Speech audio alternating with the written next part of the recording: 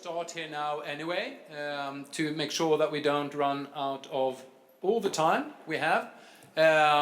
So without further ado, we're now going to take an interesting step, and for me personally, this is really one of the group's thinking approaches that climate change truly need, and it's security policy. So Tilman Brück, and for you who are Swedish, I think it's really one of the think tanks that we don't really understand how important it is. You know, when you list the most important think tank in the world, SIPRI is number 4.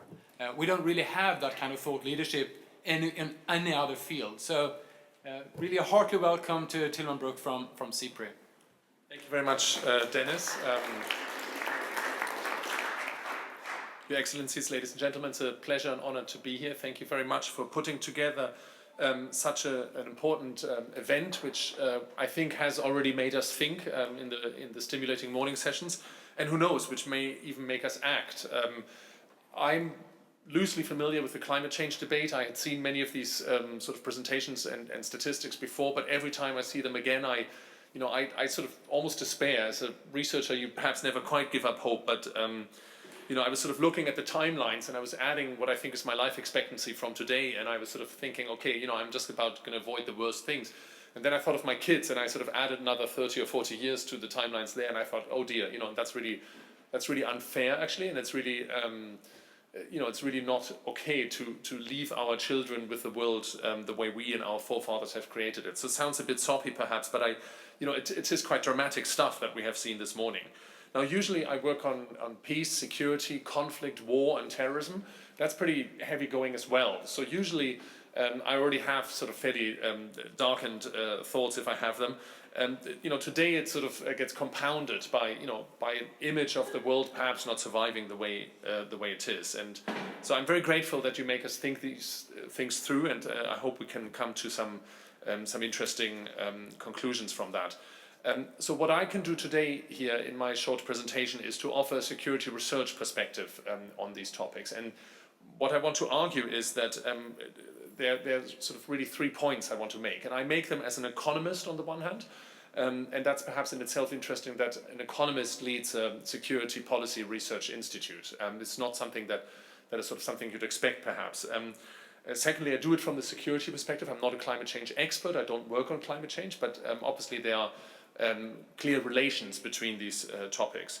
And also in the past I've done some work advising on science policy, both at the German level where I'm from and internationally. And I want to reflect a bit on how suitable the science system is to helping us through this very, very difficult situation. And my point is basically it's not very well suited to it, and perhaps we need to make some structural changes.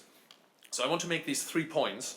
The first point being that global public bads are very, very, very, very costly. Yeah, and I think if you haven't believed it as a result of this morning's data, you know, well, probably I cannot persuade you either. I imagine you're here because you believe that narrative, but you know, it's just worth putting it into numbers, and economists are good at that. And then afterwards, I'll move on to say that data can help make better policies. And again, to you, maybe that's kind of obvious, but that's not so obvious in all possible debates. And I guess especially if you look at the American sort of domestic debates, that's maybe not so obvious always. And my third point is that better science systems can make better data. So one small way of improving the situation, of offering a sort of a hope on the way out, is to rethink our science systems, to get better data, and then hopefully that will feed into better policy making. So let's start with the first point, and there are some similarities between climate change and the scenarios that we've seen this morning and armed conflict, or war for short. And one of the issues is that they're both collective action problems. It's not good enough that you do everything right. Everybody else has to do everything right as well, and that's very difficult to achieve because people don't like being told what to do, and there are not very many tools and instruments to achieve that the right actions come out. It's a bit like when you vote, you place your vote and then you get some sort of complicated system at the national level, and then perhaps they have to make some complicated coalition, which is not what you wanted as a voter. So the individual decision making versus the collective outcome, that's one challenge common to climate change and to security. The other thing is the irreversibility of effects. So we saw this morning that there might be this points where the system sort of might spin out of control, and and as was said several times in a way that life on Earth as we know it may stop to exist or may not be feasible anymore. And of course in war that's the same thing. If you get shot, that's irreversible. And so or on the other hand, if the world gets blown up with nuclear weapons, that's also pretty irreversible. So both at the individual and at the collective level, armed conflict can have irreversible consequences. And the third thing is that these are not purely disciplinary issues. And just like climate change is far too important to leave it to the climate change researchers, security is far too important to leave it to the security or to the peace researchers. Yeah, it's also climate change is also far too important to leave it to the environment ministers, and security is far too important to leave it to the defense ministers. So these are cross-cutting issues which require sort of a joined-up thinking and working. So that's common. And if we face a challenge in one area, we're going to face in climate change, connecting all the dots and bringing the actors together. That's very similar in security policy and peace. So perhaps we can learn from the other approaches on the way. Then also they're similar by the scale of the challenge. I will show that in a moment what I mean by that in terms of the cost incurred as a result of both climate change and the cost of conflict. It's a similar type of problem at the present tense in the near future. And as I've already alluded to, both events or both topics entail the possibility, however small, of an extreme outcome, meaning that life on Earth is not possible anymore, at least not in the way that we know it. So on the one case, if the climate systems really go topsy-turvy, and the other way, if we start nuking each other. Now, normal civil war, for example, will not make life on Earth impossible, but a nuclear war probably would if it was more than just a local escalation. So that's something they have in common. Then also alluded to this morning, which I thought was very interesting, the inequity of the cost imposed by either process. So the uneven distribution of cost, and that's something that I really think we need to stress. And perhaps we especially have to stress it in a country like Sweden, which probably is going to suffer from climate change. But if you're a slum dweller in Nairobi, you're probably going to suffer a lot more. On the other hand, these phenomena are not entirely disconnected. So, if you don't like being a slum dweller in Nairobi, one thing you could do is catch a plane to Arlanda airport in Stockholm and try to get out of there. So, in the end, indirectly, we all live, obviously on the same planet. All these decisions are interdependent. So, so on the one hand, you have the uneven distribution of the cost. On the other hand, the costs are borne by everybody. Now, something else which perhaps climate change researchers might disagree with me, and we have some very distinguished people here in the audience who have spent their lives studying this, but in a way, my feeling is, my sort of subjective impression from climate change researchers, this hasn't really been studied, at this level of intensity until fairly recently. And something similar about the cost of conflict and the burden of violence, and there is a long and proud tradition of peace research, and especially in Western Europe, but it's never reached the level of scale that it really had a significant policy impact. And so I think maybe that's something else that these two topics share.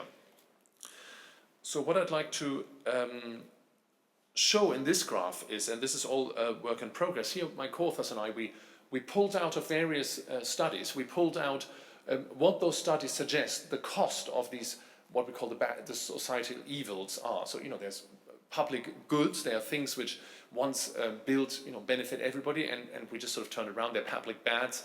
Things, once they exist are bad for almost anybody. Malaria, soil degradation, destruction of wild nature. This is just citing from studies that we found, which seem somewhat reliable, and converting that into some sort of monetary equivalent. And you can see, some of these things are quite uncertain. It's hard to calculate the exact boundaries of these. But then on the right-hand side, we see terrorism, which has a large welfare loss to society, a lot of growth foregone. And on the far right, we see estimates from this is the Stern report for the cost of climate change. And then our finding on the global economic cost of conflict, matching broadly the order of magnitude of the cost of climate change as predicted there. And I'll go into that result in a little more detail. So my basic point here is that there are multiple societal sort of bads which need tackling. And I don't want to have a discussion on which one is worse, but I just want to say there are multiple challenges. And I think it fits very well with where we are here today and why we're here today, to recognize these different challenges to our societies, if not to the survival of our societies. So this is our result in a little more detail. And what we did is we did a simulation if there had been no war in the world since 1960, so roughly the last 50 years. So if the world had been peaceful for the last 50 years, what would be the outcome in terms of GDP levels, which is the typical economic measure of economic well-being. And you can see two things here. One is that the longer the peaceful period persisted, the higher the benefits of peace, where or the cost of war is the reverse. So the thing that goes up there is the benefits, but you also have cost of peace, or you have benefits of war. Sorry, that might be a little bit confusing at times, but so this is now phrased in war. Let me try to stick with that. So there are benefits of war, and that is what we see down here. Yeah, and they're smaller than the cost of war, but they're not insignificant, and they obviously also explain why wars exist and persist, because some people benefit from them, and that benefit can also be measured. Now, this is not necessarily the benefits to an individual. We're measuring at the country level, but there are significant benefits to some countries, and so those have to deduct them from the cost of war to get the net, and that's what you see in this chart. Now, my point about the distribution is shown here. The darker red a country is shaded, the higher the cost of conflict for that country. And you can see countries like Iraq and Afghanistan and Sudan and Angola, are bearing a very high burden to war.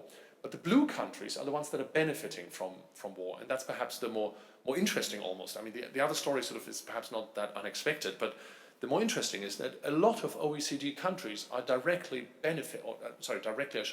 are benefiting from war, and it's actually indirect. It's through other countries' wars waged abroad. So take the example of Canada, which is the country in the world that probably benefits the most from the American wars fought abroad. So that's a fiscal Keynesian stimulus. Americans spend money on wars abroad, so they don't directly physically damage their US economy, perhaps except through American soldiers killed, but there's no physical destruction of buildings or infrastructure in the US.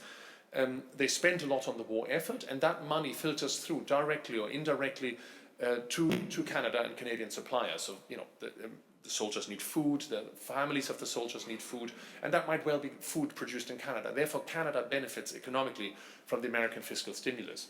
Now, this doesn't mean that that's necessarily sort of a good Keynesian stimulus program. Now, the American government could have spent that money instead on something else, for example, on fixing its infrastructure. And that, of course, also would have had a spillover effect. And then the families of the construction workers working on the infrastructure projects would have bought food which may have partially been produced in Canada. And maybe that would have benefited Canada even more. So this is not to say, this is not a cost-benefit analysis of the individual decision to go to war in, for example, Iraq or Afghanistan, but it's just to show that quite naturally, as we would expect, there are geographic spillover effects of these fiscal stimulus programs, if you want to call them that, which is effectively what the American involvement in conflicts abroad is. Now, if the war is fought in your own country, this stimulus effect is outweighed and dominated, overshadowed by the negative destruction, which is why Afghanistan and Iraq are two very dark red countries. And here in Europe, including in Sweden, we benefit mildly from other countries' war efforts in third countries. And that's something that perhaps is worth reflecting on occasionally. So my second point is that data can perhaps help make better policies. And I just would like to illustrate it with this chart from the same study, where we have done several simulations. Now that we have the system of calculating the cost of conflict in a sort of economically, logically, and coherent way, we can see these different curves. And I want to point out this curve in particular, which is the benefit of peace, or the cost of war. If you shorten all wars by 1 year, so this is a sort of a technical simulation, but it shows a significant benefit from war duration being shortened by 1 year. And that is because there are a lot of wars which are actually very short. So if you shorten short wars, they don't exist anymore. Now so if you look at this thing down here, that's if you shorten all wars by 1 year, except you only focus on long wars. So to put the other way around, having long wars 1 year shorter doesn't really make much of a difference. Europe would still have been messed up after a 29-year war instead of a 30-year war. Or let's take the example of Syria. The Syrian war, has done a lot of destruction already, both in terms of human capital and physical capital, social capital, trust, legitimacy, and all these issues. They're all, destroyed. So, and it's quite likely that the war in Syria is going to continue quite a number more years. Now, whether that war lasts 6 years or 7 years or 8 years probably doesn't make that much of a difference. But if we had been able to sort of stop the war in its infancy, that would have made the difference. And I don't just mean from a narrow economic point of view, the way we do it here, but from a broader perspective, humanitarian perspective, and you know, there are other indicators of human welfare which are just as worthwhile. It would have prevented a lot of displacement and a lot of human suffering. So what we really should be doing in order to use our sort of government resources, and I don't just mean the money, I mean the time and the effort, we should focus on preventing short wars. The wars that are already intractable, you know, it would be good if we could solve them too, but if you have to prioritize, you know, prevent wars from occurring in the first place, or, you know, once a war starts, stop it as quickly as you can. That would be a really good investment based on the data that we had. Now, there is a sort of a UN of better data, and you know, why don't we have better data? And we don't have very good data on this. And of course, one of the reasons we don't have better data is that the first casualty in war is the truth, and the second casualty is data. So it's very difficult to collect data in these settings of insecurity. And these are some of the UNs of data collection, some of these challenges. What we're really interested in is sort of the unobservable, is the counterfactual perhaps, is things which are, you know, hard to measure at times, the unmeasurable, if you like. Often it's very unreliable, you know, to go to the government in Sudan or in South Sudan and ask for data on trying to estimate their, you know, their GDP even, you know, it's not very reliable. The reliability increases with peacefulness and in fact with GDP. So then it's often very unpopular to study these topics. Yeah, it's not very, countries don't like having their, you know, war situation or their fragility examined. There's a lot of effort to avoid being labeled a conflict-affected country or post-war countries, and so, you know, it's not something that governments like having studied, and it's very difficult to raise money for it even, you know, because it's often touches on difficult truths, yeah, so hard truths. So it's sort of hard in a way to get to the foundation of data, which we should do. But intellectually, there's a second problem. It's not just that in practice it's difficult. Intellectually, we're lacking a consistent framework for organizing data in the security field. There's a lot of individual efforts of collecting this data, and it's a very piecemeal approach. I'm an economist. I was trained to work with a national system of accounts. You know, there's input-output analysis, and there's C plus I plus G plus X minus M if you ever did a basic macro introduction course. Yeah, so there's government, there's consumption, there's investment, there's government spending, there's export and there's import, and they all relate to each other in a logical framework, and that's one way of organizing your data. There isn't such a thing in international relations and political science. Everybody collects data. There's Polity 4 and there's the Freedom House, and you know, there's very worthwhile, if I can say so, attempts at getting more data, but how do they relate to each other, and what is their sort of logical framework? And I think that would be worth doing, and I think it would help us a lot in basing our policies on sound data if we had a system of, for example, security accounts with all the flows and all the stocks of security and insecurity clearly mapped out. And before Dennis starts tapping his pen on the table, I'll come to my final point, the third point, and it's a very brief one. I think we need to rethink also our science systems in order to arrive with this better data. So how could you make better data in science? A couple of suggestions. You need to change perhaps some of the science systems, and I've worked a lot on science policy for young researchers. And young researchers, you know, when they're asked for sort of career advice, they always say, you know, how do I make sure I get a job? How do I get tenure? How do I get the next step in the career ladder? You know, they rarely turn to older researchers and say, how do I get a great paper? How do I make a contribution? Or how do I get recognized for being a good thinker? So I think we have too much career orientation. You know, we're maybe overstressing the system with trying to be efficient and, you know, incentivizing everything. And maybe we have to think, you know, science is in part there to solve problems. And what are the big problems? And how can we solve them? And not, you know, how do we make sure young researchers don't go slack and, you know, are not losers and all that. One of the problems is we're very publication focused. That's one of the sort of corollaries of what I've just said, you know. And we measure impact in terms of publications and journals and all that. But, you know, real societal impact doesn't count for a tenure decision. Yeah, and real societal impact doesn't count for, you know, getting research funding mostly. So maybe that's something we need to rethink.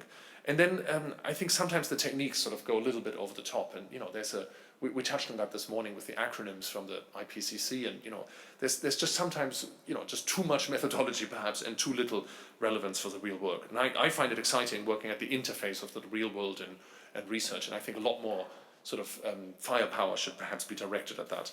So, but we also need to think then through the funding of science.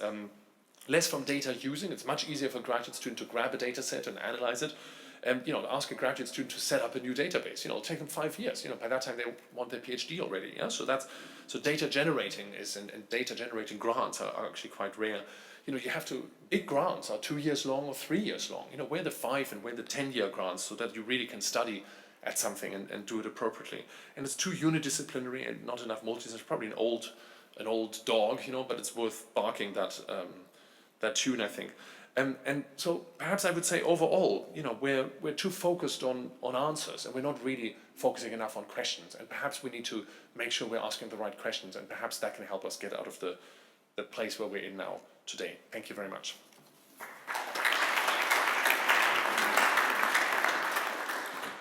Thank you. I think that was a really welcome contribution in terms of the need for some more fundamental rethinking on how we approach challenges also.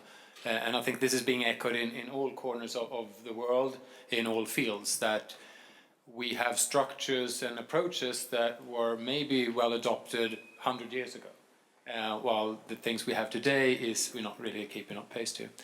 Do we have any questions before we go into the next speaker? Just a quick one. Yes, in the back.